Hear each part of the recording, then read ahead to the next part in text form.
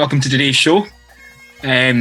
So the topic of today's show is basically we're going to discuss who the 23 men that we would take to the Euros as part of the Scotland squad are. And the reason that I kind of decided that we'd do this topic today is because by the time that you upload it, Andrew, it will be exactly 100 days until Scotland's first match at an international tournament in 23 years when we take on the Czech Republic at Hamden, or not, depending on the latest news.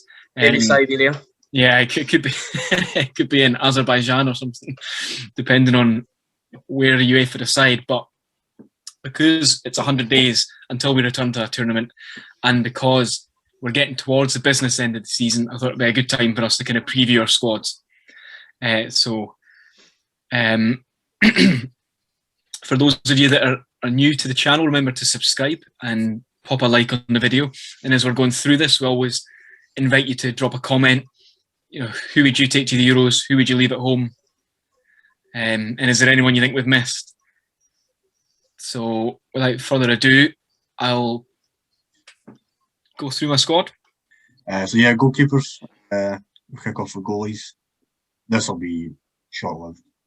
I don't know about you, but David Marshall didn't make mine. Yeah, he's not done enough for me personally. You just leave the call, Scott, because you're clearly not Scottish, mate. And Ryan's got David Marshall tattooed on his arse. Exactly. Which is perfectly understandable after that save in Serbia. Tim on his back end. Aye, where it belongs. That David Marshall save was so epic that it transcends any footballing bias or loyalty in Scotland. For that moment, when he saved that Luka Jovic penalty, we were all just Scotland. The thing no one talks about though is like wonder saving extra time that even got us the penalties in the first place. Yeah, that was good as well. The two caveats that I have before I go through the squad are that I try to, I'm kind of guessing that Steve Clarke is going to go with players because he rewards loyalty. He's probably going to go with a lot of the players who got us to the Euros. So I was kind of a wee bit on the same lines, but I also always say, whenever I'm looking at teams picking their squads for tournaments, that those last few spots you have to give to the guys that are in form. So I've kind of tried to balance between who I think deserves to go and has earned a place through the qualifying campaigns and stuff, and who we should take because they're red hot form. So, and also we should caveat that there are still 3 World Cup qualifiers against Austria, the Faroe Islands, and our 7 millionth encounter with Israel to come up. So I kind of factored in maybe trying a few players out in that or not. But so the goalkeepers I've gone with were David Marshall as first choice, Craig Gordon, and John McLaughlin as a third keeper. And then the reserve I had was the lad Craig McGilvery down in the English League One. So Marshall is the hero, like we've just discussed. I thought you'd take Craig Gordon for the experience if, God forbid, anything happened to Marshall. And then McLaughlin's just been in the squad as a third choice keeper. So I don't know, did you guys go with a similar, or did anybody have anybody different? I had somebody different, yeah. I did as well. I had obviously the main obvious two, Marshall and Gordon, but then I went for, is it McCrory at Livingston? Yeah. Unlike McLaughlin, he's actually getting some game time, so if he did have to see action, he'd at least be more prepared, I guess. I just went with McCrory as well, purely down to the fact that usually you see teams that, especially teams that don't make tournaments that often, they'll take their third choice keepers, usually like a young guy, and it's to basically just show them this is what it's like. And then he's the one that's going to take you there next time, basically. This is what it's like. You'll play your next one when you're 43. Hopefully, I look forward to the unfortunate chain of events unfolding where he's actually starting against England. I just went with Zels. I was very similar. I stuck with McLaughlin. I definitely think that McCrory's a good shout, like taking the under-21 keeper. I was so certain on the first two, I literally Wikipedia'd the third one. Okay. The third goalkeeper's never going to get used. Well, touch wood, but yeah. as I said before the call started, I'm happy with two goalkeepers to go. I think I went, if I've counted it right, I think I went with 8 defenders. So the back 5 that I would start in the first game. I mean, Andy Robertson is the captain. He's a nail on for a place in the squad. I think Kieran Tierney as well, with the Premier League experience at Arsenal. I went for Declan Gallagher, who's been, I know he hasn't had the best season for Motherwell, and Motherwell haven't been that great, but I mean, he has been a solid player at the back for Scotland. I have Scott McTominay in as a defender in this squad because he plays in defence. Obviously, folk might categorise him as a midfielder. And then I've got Liam Palmer at right back. And then that leaves 3 spots left. So the 3 spots the 3 players I picked were Liam Cooper, Scott McKenna, who's been playing very well for Nottingham Forest, and I kind of antagonised over the last one, and I went for Stephen O'Donnell for a backup right back. So the 2 players I had in reserve were Andy Considine and Greg Taylor. Greg Taylor being if there was an injury to either Tierney or Robertson at left back, and Considine, it would be heartbreaking, but he's the guy that just misses out. But I did do a toss up between him and O'Donnell. So, what about you guys? Did you have any different shouts for the defenders you'd take on the plane? So I went for 9 defenders, although one of the guys you could literally class as anything, goalkeeper, midfielder, striker, what you want. And the guy I'm referring to is Callum Patterson, as a kind of backup right back. I know he's obviously played up front in that, he's played literally everywhere, but I had him. And then I did actually take Considine because I thought he did well in the games at like the back end of last year. And as you say, it'd be pretty hard. So who did you omit? I had O'Donnell because I had Palmer, Cooper, McKenna, McTominay, Gallagher, Tierney, Considine, Robertson, Patterson. That's fair. Okay. Patterson's a bit of a Swiss Army knife. Can play anywhere. I think my thinking was that, like I say, he's got his versatility and could possibly do the Dykes role if absolutely push came to shove. So if you were, he's basically your 23rd man in that sense. He's the that's probably fair. Yeah. What about you, Scott? I've got 8 defenders, and we've named all the 8. My only question mark was over Scott McKenna's fitness because I've noticed he's been injured the last month. So I don't know if that's just he's coming back soon or if he's genuinely out for months. They've not said. So I've just put in brackets, if fit, I would have him in the squad. If not, then you look at somebody like Considine to come in as a backup. He wouldn't be starting, but he's just in the squad. Here's a curveball I'll throw in. Purely, as you said at the start, throw somebody in form. If Stephen O'Donnell isn't in the squad, there's a certain right back who's turned into a goal scorer for St Johnstone's all of a sudden, Sean Rooney. Do you know what? And he's actually been playing unbelievable. He's been playing ridiculously good. So that's literally just your player. If you're putting somebody in on form, you could even call him, if O'Donnell or Palmer were to get injured, whatever, call him up in this month and see how he does. But I mean, he's only been playing sort of SPL football the last 12 months, but you never know until you try them, I suppose. My only omission was, I've taken Liam Palmer out and I went with I've went with Callum Patterson, purely on the basis that he can play anywhere. But I prefer him. I wasn't overly impressed with Palmer. Definitely a scrap happening at the Sheffield Wednesday training then. So who's your first choice right back? O'Donnell. Callum Patterson. I'm putting a choice. Yeah, I think he's just solid defensively. I think he's just. I know he can play right back. I know but he hasn't played right back for ages. Aye, but And Give Neil him a Warnock couple. came out and said after managing him at Cardiff, he took him away for right back because he couldn't defend. Okay. I get- Okay. I get the point of him as the. I like the idea of him as the number 23. He's the utility man, like Ryan said. But I honestly can't envisage Callum Patterson busting a gut up and down the wing for 90 minutes. Right. That's Liam Palmer's job, or O'Donnell, who would run through a brick Or wall for Sean Rooney. Scotland. Okay, that's a fair point. Right, think, on that basis, yeah, I'll bring back. I would gladly go with O'Donnell. I think he's more solid as a right back than Palmer. But Patterson's still going to play it. And my other omission was I favoured Scott McKenna in my starting as a centre back. Over who? I'm probably not taking Liam Cooper.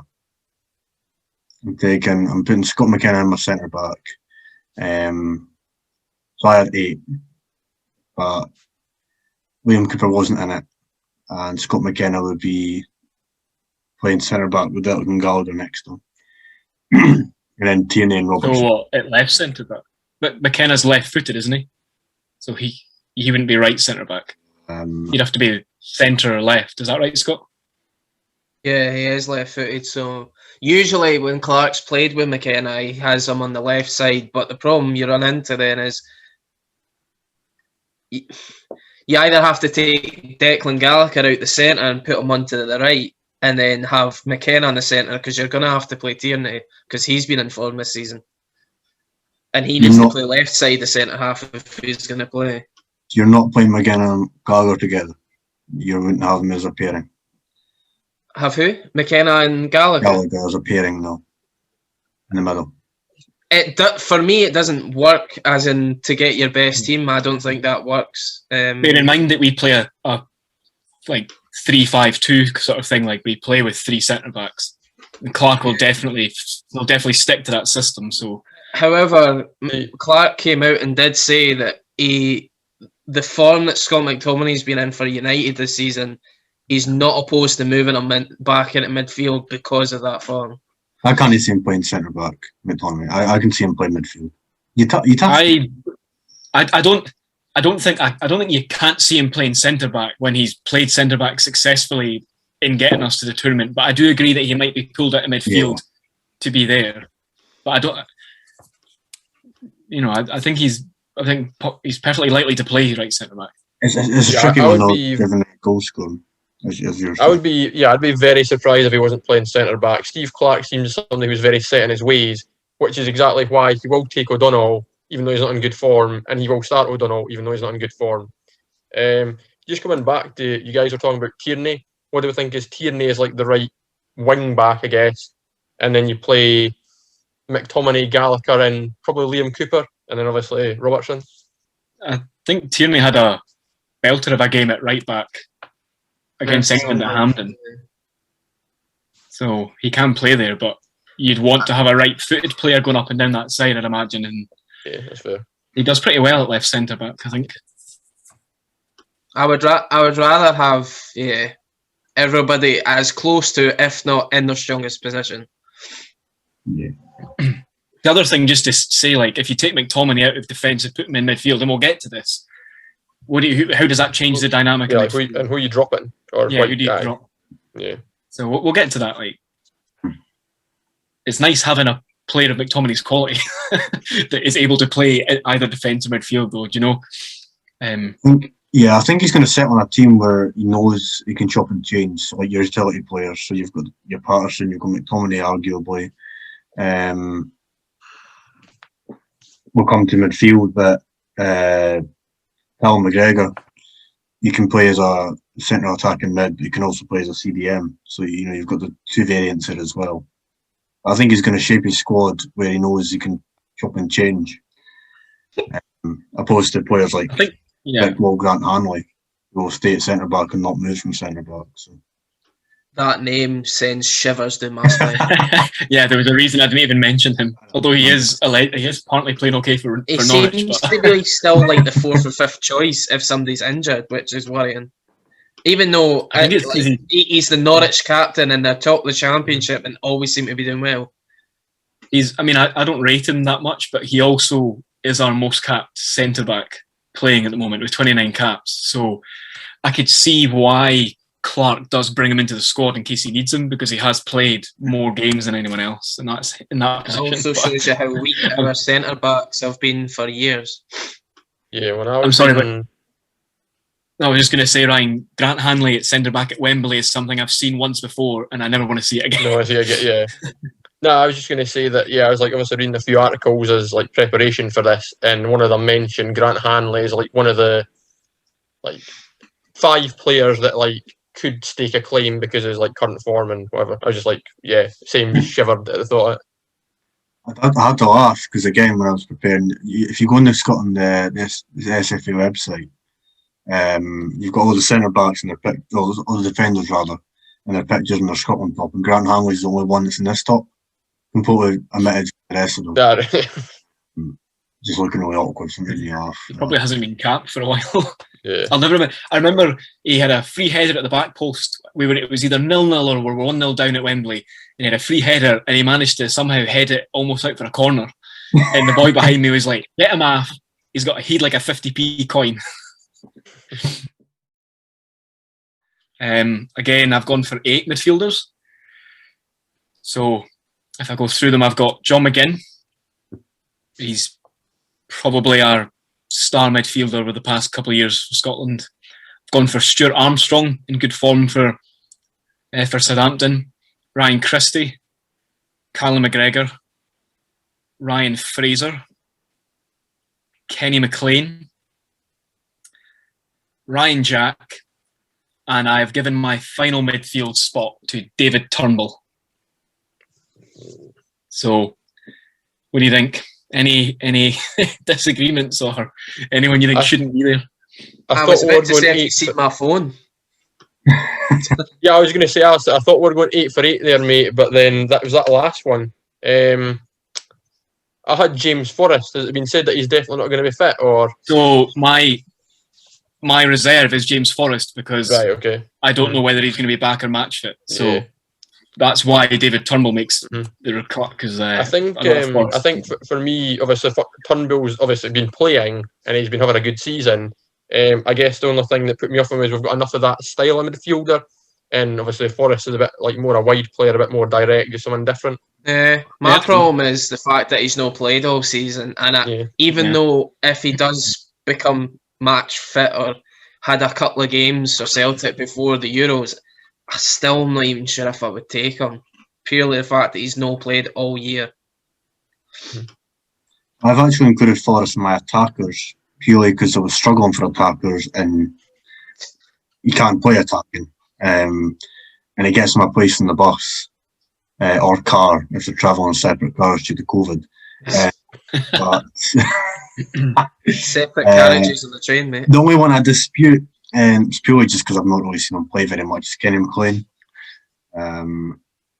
He's just not the sort of player that shouts at me. I think Clark will take him. Steve Clark's a big fan. He probably will. But that's only one. Plus, he scores good penalties. He is the coolest penalty taker in the entire squad. True.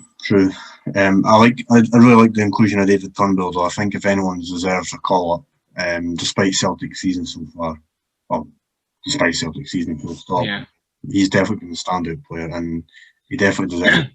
He's got something about him. I think Ryan makes a good point by wanting to take an extra wide player. So if Forrest is fit, I definitely agree with the argument. Like if he's back, plays a few games, Clark thinks he's sharp enough, then you could take him, because maybe we would want to switch to a 4-3-3 and have Fraser and Forrest on either side of Dykes or something. It's definitely a good shout. Is Fraser still in? I think. Yeah. Sorry, is Ryan Fraser still in? Still injured? Injured. I thought he was. He's been playing recently. No, he's been playing. No, I think what you'll probably have read, Andrew, is he's very, he's bad for getting injuries, and that's the biggest worry with taking him. Right, I see.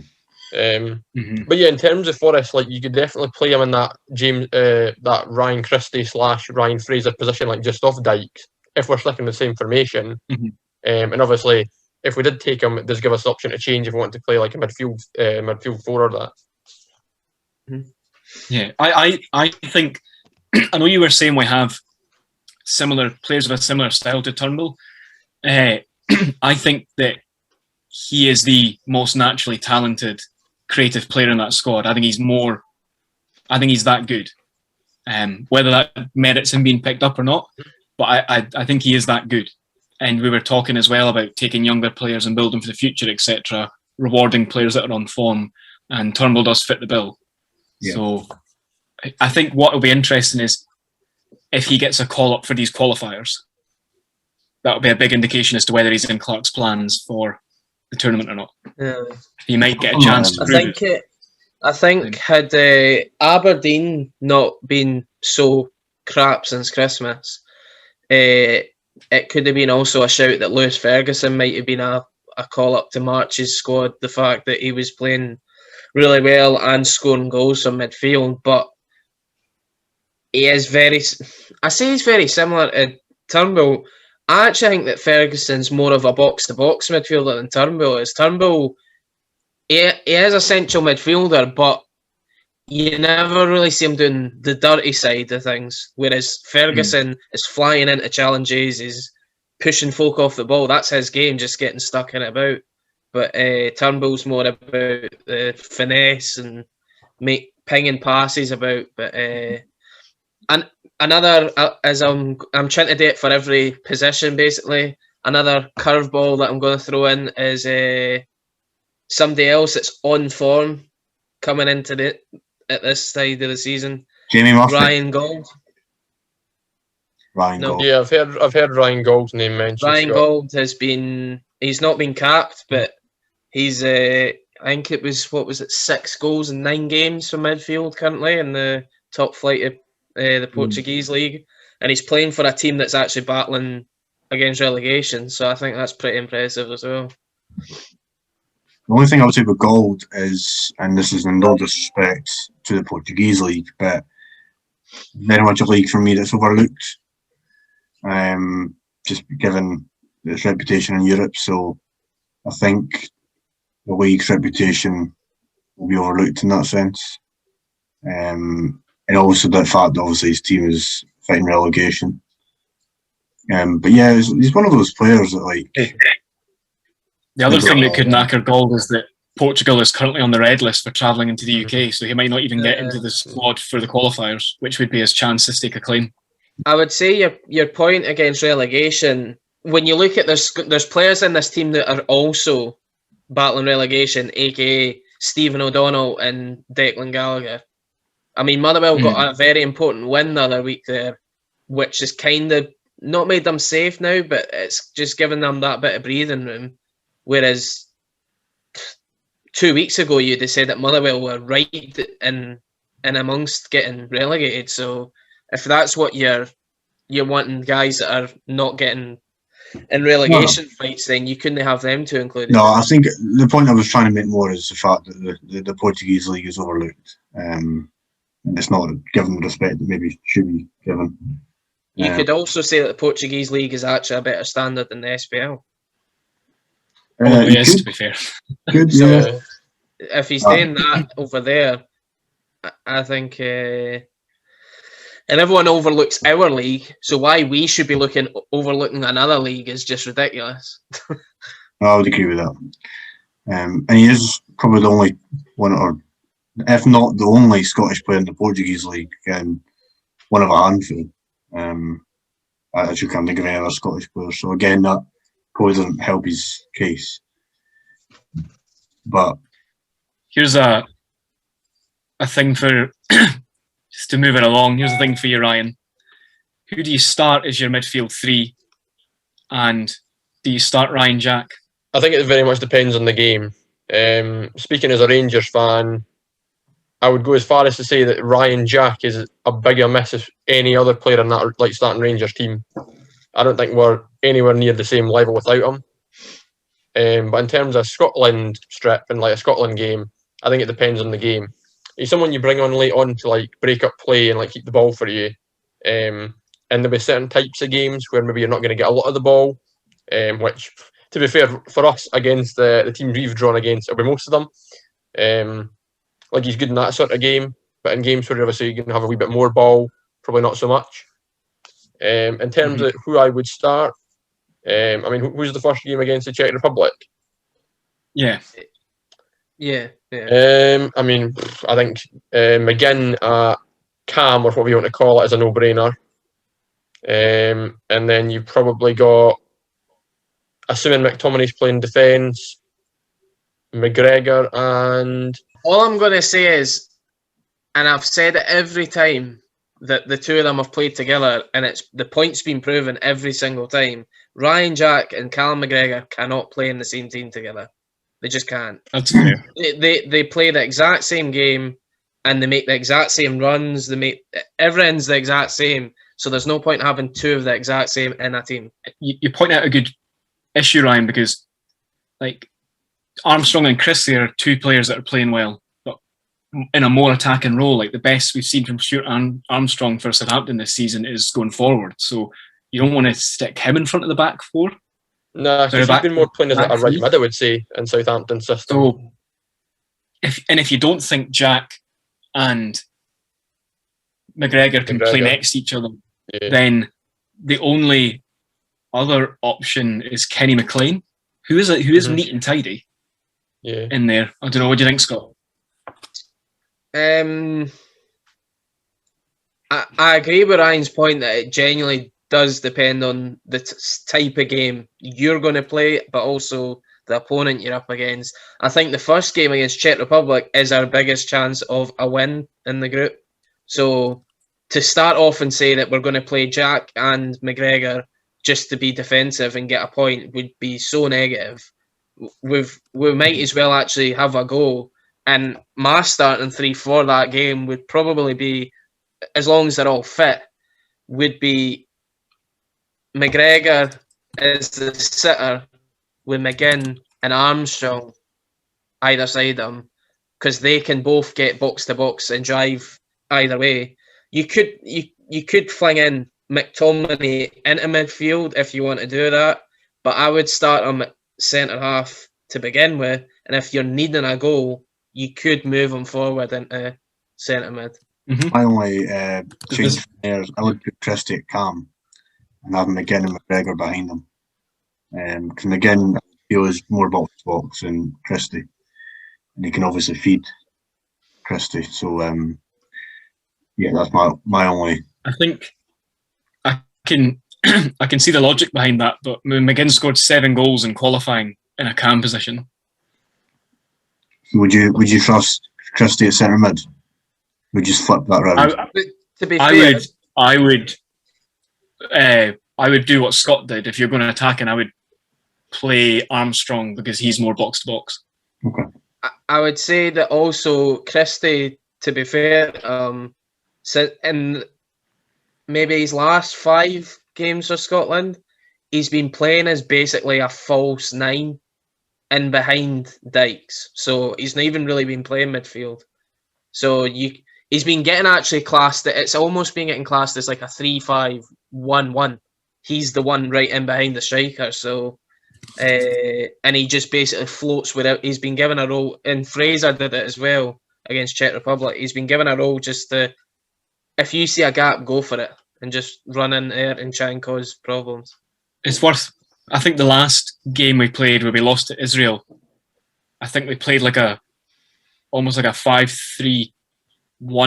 So they had McGregor, Jack, and McGinn with Christian behind. So like you're saying, Scott, that is an option. But then,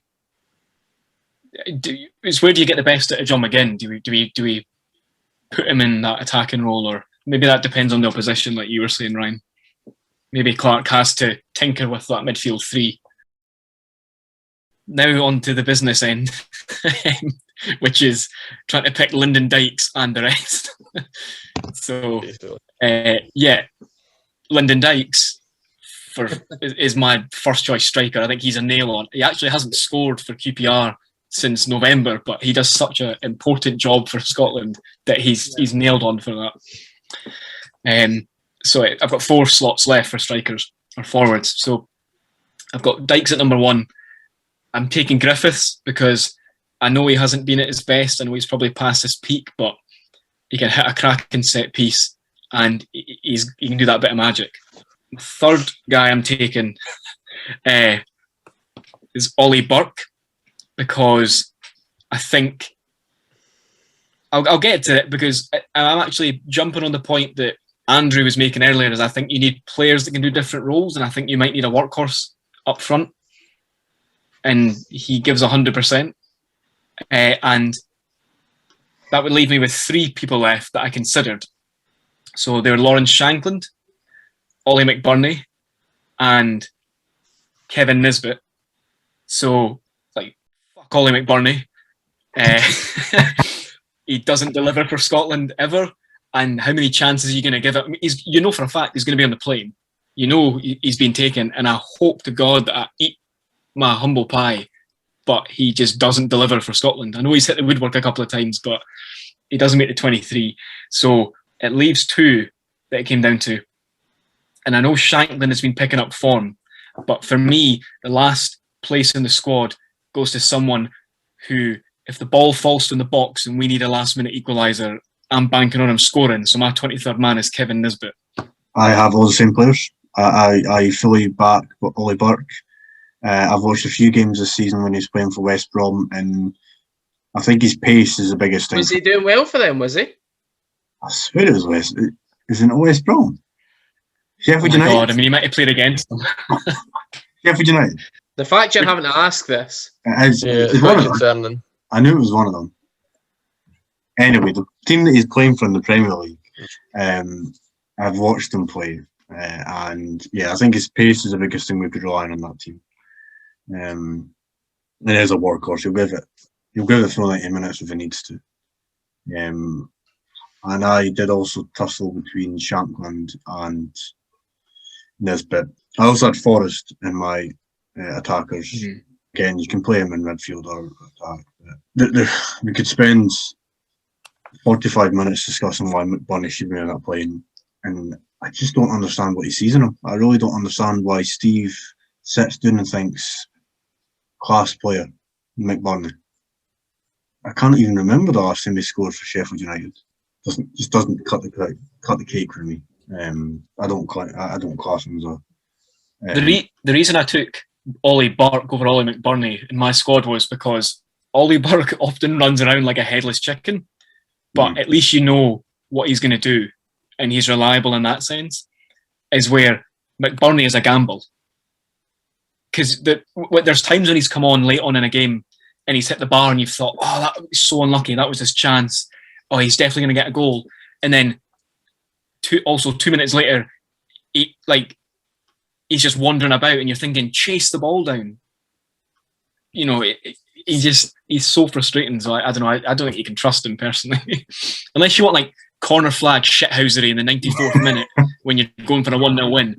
Apart from that small niche, he's brilliant at that. Yeah, excels at yeah. that. I don't know. Anyway, Scott, who did you take? So yeah, it was kind of the same as everyone else, except I'm not taking Ollie Burke because I think he's useless. So I went with Lyndon Dykes, Lee Griffiths, Shankland. He's been in and around the squad for the last year or so now, and he's picking up form, so I don't see why he would be out the squad now. And my fourth choice, I swithered with it because Kevin Nisbet hasn't been playing. The fact that this whole him trying to force a move to Birmingham in January, it's actually hampered his career a wee bit now because he's now not even playing it. He's making bench appearances now instead of he was number one striker and you couldn't take him out the team before January. If you took him out the team, Hibs were knackered. So I am putting Nisbet in it, hoping that he kind of... Hibs have had a few dodgy results recently, so I'm hoping he might get flung back in and he starts scoring again. So I'm taking him, and somebody might go, but Shankland and Nisbet are the same. I say, but my answer to that would be, but you know that both of them can score a goal. That's fair, yeah. Whereas Ollie McBurney and Ollie Burke don't score goals. So my other one, and again, curveball time, but I'm not sure if he ever claimed that he's retired, but He's been playing really well for Stoke City this season, but Stephen Fletcher can give you a goal and all. Jeez, that'd be some comeback. That'd be like Edge coming back to WrestleMania. That's would, yeah. But yeah, no, I just he's having a good season for Stoke, and he's played most of the games, so he's clearly back to full fitness again. Because everybody was saying how injury prone he was, and which he was, but yeah. He seems to have recovered from that and is having a good season. I don't personally feel comfortable commentating on Stephen Fletcher because I can't honestly say that I've noticed like one way or the other. Sorry, Scott. Well, obviously, me personally picking the extra defender, that only left me with the 3 strikers. So I went for 2 which are no-brainers, obviously Dykes and Griffiths. Yeah, he might be a wee bit past it, but he's got that X factor, Griffiths. And then I did go for Kevin Nisbet because like he did it for us, he's done it for the Pars, and he was doing it for Hibs. Like he's a proven goal scorer. I wouldn't go as far as to say Ollie Burke is useless, and obviously, you know, him being from Kirkcaldy, we should all think he's a god, but he's yet to do anything for Scotland that convinces me. And I know you could argue, well, he's had limited game time. One thing I will say is he scored a goal which Ollie McBurney hasn't. Yeah. Oh, no. He streets ahead in McBurney, in my estimation. But, I mean, we all know for a fact that regardless if it's 3 or 4 strikers, one of them's going to be Ollie McBurney, and we're just going to have to deal with that fact. All I will say is one thing that's going for Ollie Burke is whoever his agent is, he needs a pay rise because the money that Ollie Burke's been getting bought for is ridiculous. From club to Ollie club. Burke he's been bought for the same reason that I've got him in the squad, where like you're like, he'll live up to his potential at some point. he's going to have that moment, that Gareth Bale moment at some point, but he never does. I think listening to your point on Shankland, I might change my mind and include him in the squad. I think you argued that one fair.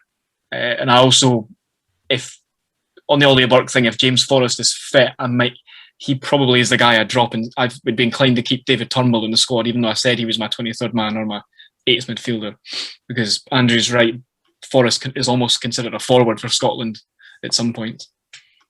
I think... yeah, when you up? I was going to say, sorry, I think because of the fact that the guys like Fraser, Forrest and Christie are all effectively like second strikers anyway. And maybe I'm biased and I'm only saying this because I did it, but I feel like Steve Clarke's a more sort of pragmatic manager. I think he might only take 3 actual strikers anyway. That would be my prediction. That's fair. So it's just a case of who those 3 are. Like you say, it'll be Dykes and Griffiths. Well, definitely Dykes, probably Griffiths, and then it's obviously one other. Mm-hmm. There'll be a lot of I'm hoping, and I mean, I don't mean it to disrespect Ollie McBurney, but I'm hoping that he gets played in the World Cup qualifiers. And it's a light bulb moment for Steve where he thinks, right, I've played all 3 of them. He scored no goals for me. Done hee-haw. I can't take him to Euro.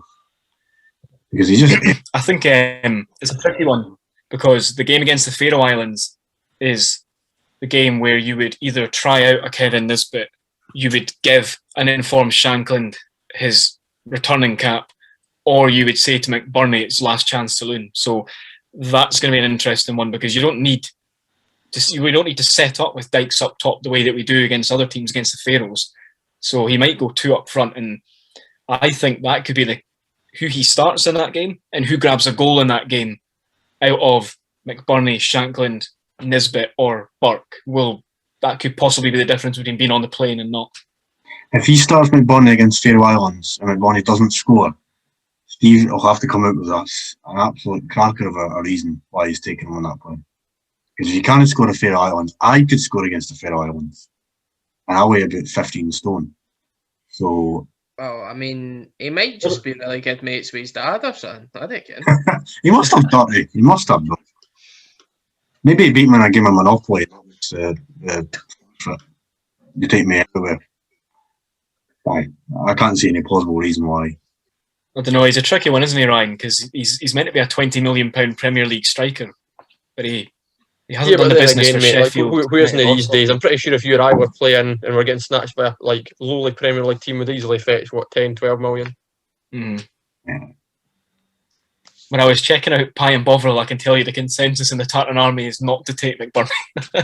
So I think You think Steve Clark would look at these sort of things and think, right, everybody in their house, their horse, house, dog, everyone everyone and their neighbours are saying, didn't take them. Maybe I shouldn't take them. Like, just bewilders me. Do you guys think? Sorry, Ryan. All I was going to say was, I actually think it's like he's had a couple of times where his attitude has been stinking as well. And in a way, I don't think he's like both on and off the pitch. I'm not convinced he's earned his place. Like he was making jokes in the tunnel about how he couldn't be arsed going off to international duty. I don't know if I want someone like him taking a spot from someone like, say, Shankland, who's worked his way up the divisions, or Ollie Burke, who turns up every time, even though he might run about like a headless chicken. Do you know? It's almost about, you should be rewarded not just for how you play, but your attitude and everything. The whole package for McBurney stinks at the moment. It's almost as if the 20 million price tag is the reason he's getting taken. Like, he's been valued at 20 million. Steve can only be thinking, should have a 20 million striker in my squad, but it doesn't make sense to me at all. Yeah, I hope that's not the case, and I'd hate to think that any manager thinks like that. I don't think Clark would, although my worry is that Clark's obviously he seems like quite a kind of stubborn-headed guy. I wonder if he just picks him out of spite. Like, he's just like... And I would hate to think he does that. Like, he's going to purposely, like, risk jeopardising the Scottish national team. But I just wonder if he just picks him out of, like... I don't know, just stubborn-headedness. I mean, look at those reasons there. The only reason we're saying these sort of things is we can't figure out why he's taking them on his performance. You have to then start spitballing of reasons why he is taking them. And, we've come up with a couple there. Yeah, it's a tricky one. One player that we haven't mentioned at all, who maybe a couple of months ago was being talked about pushing for the Scotland squad, is Billy Gilmore. Do we think the fact he's not getting played under Tuchel has knackered any chance of a Scotland call-up? Nah, I don't see anybody that's not. This is why I was saying about Kevin Nisbet now. He's actually probably hampered his own chances of making the Scotland squad. Like, obviously that he was more thinking about his career at that point in time, but he's probably now looked at it and went, God, I could have been in that Scotland squad come March, and I could have been no the starting striker, but I could have been somebody that could have been coming off the bench and making an impact at the Euros, and then that could up his value to better than Birmingham. It could have been to somebody lower in the Premier League down south if he did well enough. He could have gone to, I don't know, somebody like a Newcastle or whatever. Somebody that's... You usually see it, there'll be somebody out of this Euros tournament has a good tournament and goes for decent money. And you see it at every tournament. Somebody's value rockets up because they've had a good summer. I feel like if we were a bigger nation... It goes back to attitude as well. Sorry, I was just saying it goes back to his attitude. If he's handing the thing in and he's falling out with Jack Ross and stuff, Steve Clark will be talking to Jack Ross and saying where's his head at and all that kind of thing. So I suppose actually Scott, it strengthens the case for Shankland because his head's screwed on right. No, I was just going to say, I feel like if we were a bigger nation, like where they can probably afford to take like one or two youngsters just for the experience, I don't think we can, because obviously he's not been playing. So we need our 23 to be 23 who could theoretically play if like they were required. Obviously, Billy Gilmore could because he's clearly got the ability, but he's obviously not got that match practice and that match fitness. So yeah, I think it'd be too much of a risk. This is a different matter from getting a Scotland call up, but next season he needs a loan move. He can't just stick around on the Chelsea bench or reserves playing or under 23 football. He needs to go out and play first team football, whether that's dropping down a division and playing in the Championship, which isn't a bad league, and playing for a decent side down there, getting 90 minutes week in, week out. Because if I guarantee you look at our squad, we've got guys that have got the English Championship throughout it. So if he was to be playing week in, week out with somebody in the Championship, it's a fair shout. If he's playing well, he'll be in the squad next season. Yeah, I agree with that, Scott. You'll probably relate to this better than the other two guys after, because I know you've read this article. I would liken this situation to a wee bit like Curtis Jones at Liverpool. And I'm sure folk were probably saying similar things about Curtis Jones. He didn't go on loan, and like look at him now. I wonder if like Billy Gilmore could do something similar. I'm not sure. Maybe a few injuries could help him out. I think it is tough to call because I think not many thought that Curtis Jones was going to either cut it at Liverpool or break into the team. What I would say is that possibly some injuries helped the reason he broke in, but yeah, the fact that I mean, it could happen that Kovacic, Jorginho, and Kante were to be injured.